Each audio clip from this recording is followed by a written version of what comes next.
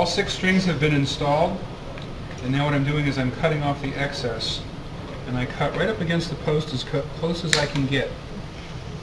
If you leave it out extra and there's any kind of extra length, that becomes a very unpleasant experience to get poked with.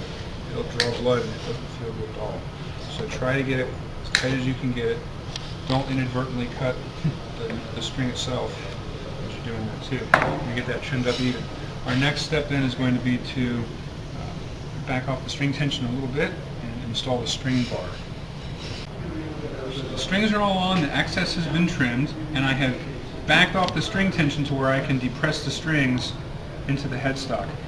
What I want to do is I want to align this and lay the string bar right on the strings, and I want to be about 50% between the string nut and the first tuning machine for the large E string. I want to be about halfway in between, and I want to set this on here. And depending on your guitar, the hole spacing for the string bar may be such that if you were to install this parallel to the frets, the screws might rub up against the strings and cause some friction and catch. So you may want to consider putting this on an angle to be certain that the holes and the screws are going to clear between the 2 pairs of strings so that it doesn't catch, there's not friction. If there's friction and it catches, there's a good chance that in tuning this it'll catch here and all of the stretching will just happen between the string and the tuner, and you'll break the string in this vicinity because of that catching on the screw. So I'm going to plan to turn this on a bit of an angle. And I'm going to set this down, and I'm going to go through and just put a little dimple. And line that up, and that looks pretty good. I'm happy with that. I'm going to sight through the second hole. Put another dimple, and again, take a moment, have a sanity check. Does this make sense? Is this reasonable? Everything looks good. So with the bar removed, I'm going to drill in, and I want to make sure I don't drill too far. This tape has slid up the drill bit, and it's something you want to watch out. Don't trust that the person that used this before you stopped when the tape first touched the wood. If it went too far, see how that moved? Pull the strings apart a little bit. Your teacher can help you fix a lot, but if you drill all the way through the headstock, that's not something that's so easy to recover from. No, you just have character. Wood putty. Wormhole. Yeah.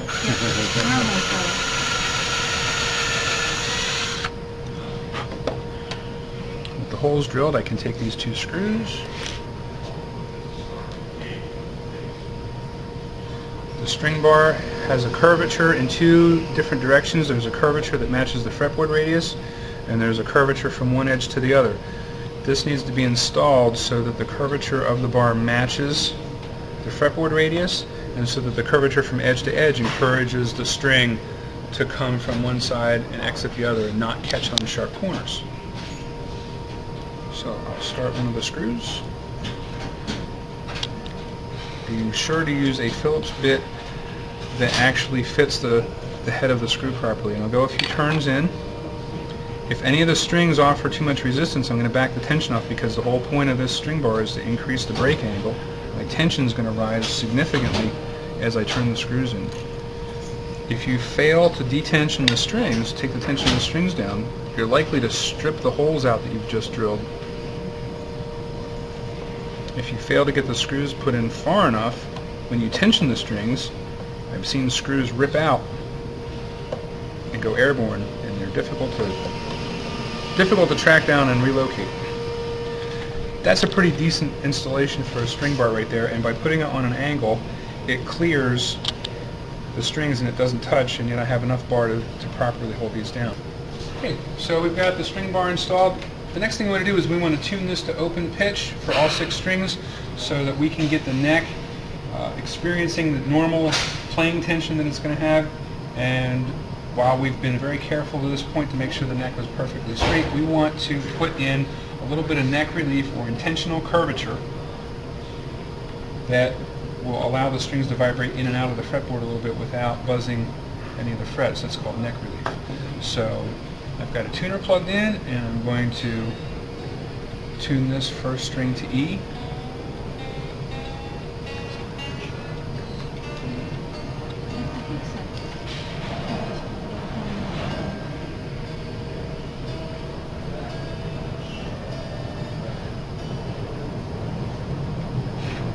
I'll do for students in many cases is I will tune the first string as a reference, and they know that the other 5 strings have to be a lower pitch. If you do that, make sure it's the high E, because that's the one that they will snap. And that's why I do it.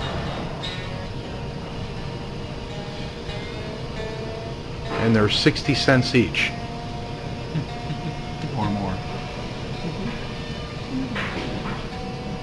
And as a quick check, I can also go 5th fret to open. Nice. That's pretty good. You've got a wood sheet. Oh, you just got rid of it.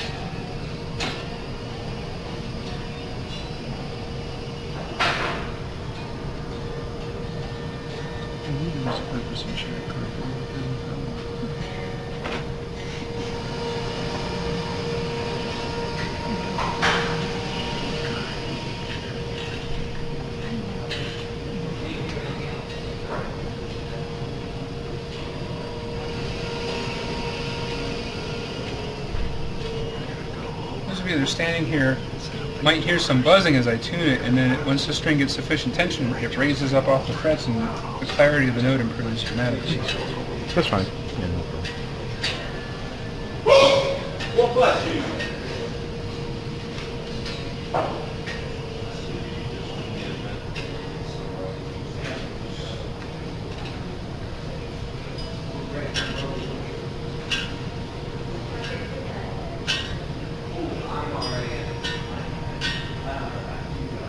I'm close with all of them open. However, what this doesn't take into account is the fact that the strings will continue to stretch after I stop turning them, and they're brand new strings. So what I want to do is I want to gently tug on each of them to cause them to stretch a little bit, and for the windings at the post to slip against each other a little bit, and this is going to improve the tuning stability, so I can really get an accurate sense of what the tuning is. As I tug on each one of these, they're going to stretch, the tension will reduce, and the pitch will lower. I'll tug in a couple different places along the length.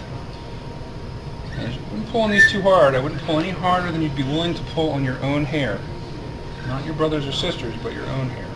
Okay? And in the process, each one of these notes will have gone flat, and I'll retune. The larger the string diameter, the more that this process will have to be repeated, the more stretching and slipping there is before you achieve a stable tuning.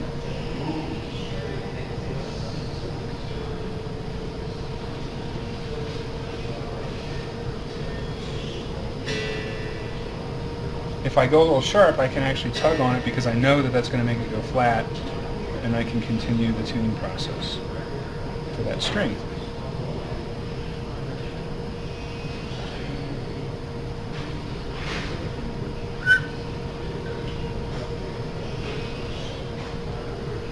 Tug on again, I bet you it'll go flat one more time for me. Yep. But that's pretty close to the final tuning pitch that the neck is going to experience. The next thing that I'm going to want to do is I'm going to want to check for neck relief. Now the neck was set to straight initially, and there is a good chance that tensioning this neck up with the strings on it causes the neck to bend slightly. But it might not be enough for the proper neck relief that we're looking for. What we want for neck relief is a slight bending and curvature in the neck between the 1st and the 17th frets, or conversely, you can set the notch straight edge on and you want to look somewhere in the vicinity of about the 8th fret or so, which is roughly the halfway point in the neck. And I'm going to set this straight edge on here so it clears the frets, and sight through underneath to see if there's any daylight. I do have a little daylight, and I'm going to check to see if this 10,000 feeler gauge goes underneath, and it just goes under. I can hear it scrape the top, I can hear it scrape on the straight edge, and it's laying flat on the fretboard. So I think I've already got the neck relief that I wanted. But if I didn't have the neck relief I wanted, I would adjust this truss rod again, as we did earlier in this video when we were checking it for straight to do the fret rocking.